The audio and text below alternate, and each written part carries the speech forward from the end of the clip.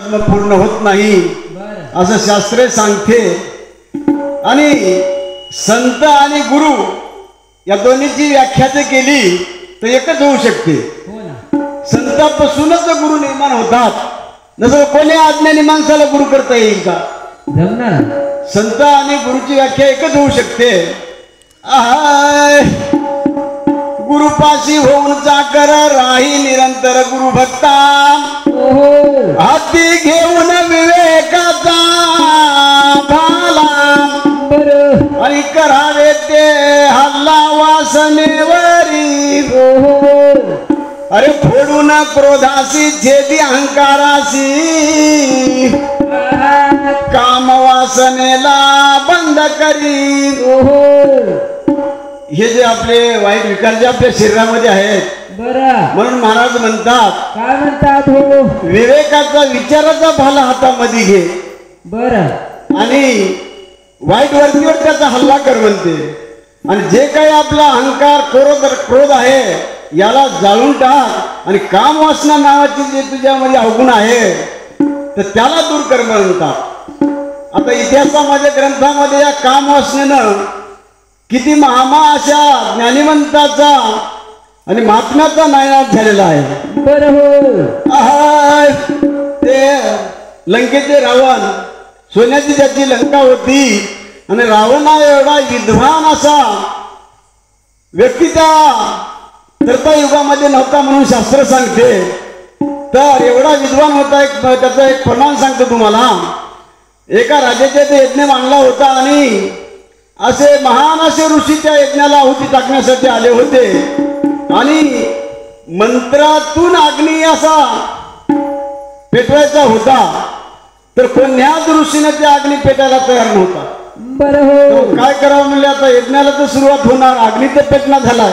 मग ते ऋषीमुनी म्हणले, व आता आमचं तर संपलं म्हणले, मग आता काय करावं लागेल? रावणाला घेऊन यावं लागेल। एवढा रावण विद्वान होता, रावणाला बोलून आणलं। रावण तिथं आहुती टाकीत बसला, मंत्र उच्चार सुरुवात केली, तर मंत्राच्या योगाने अग्नी पेटवला त्या रावणाला। एवढा विद्वान होता, पण गेला कशामुळं? काम असण्यामुळे गेला। अनेक चंद्र घ्या, इंद्र घ्या, शास्त्रामध्ये बरेच पुरावे आहेत। म्हणून महाराज म्हणतात, अरे फोडून क्रोधासी छेदी अहंकारासी, काम वासनेला बंद करी।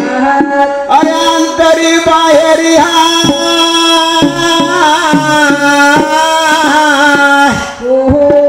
अंतरी बाहेरी असावे निर्मळ, आणि काढावा तो मळ अंतरीचा। माणसानं बाहेरून अंतकरणातून शुद्ध असलं पाहिजे म्हणजे महाराज। पण काही काही समाजामध्ये वरून दिसायला भोळे दिसतात, साधे दिसतात, पण आतून त्यांचं एक कपट बुद्धी गनिमिकावर राहते म्हणतात महाराज। अरे अंतरी बाहेरी असावे निर्मळ, काढावा तो मळ अंतरीचा। गोपाळ गिर म्हणे शुद्ध ज्याचे मन, आणि त्याच्या जवळी दया घन उभा असे। विठ्ठल विठ्ठल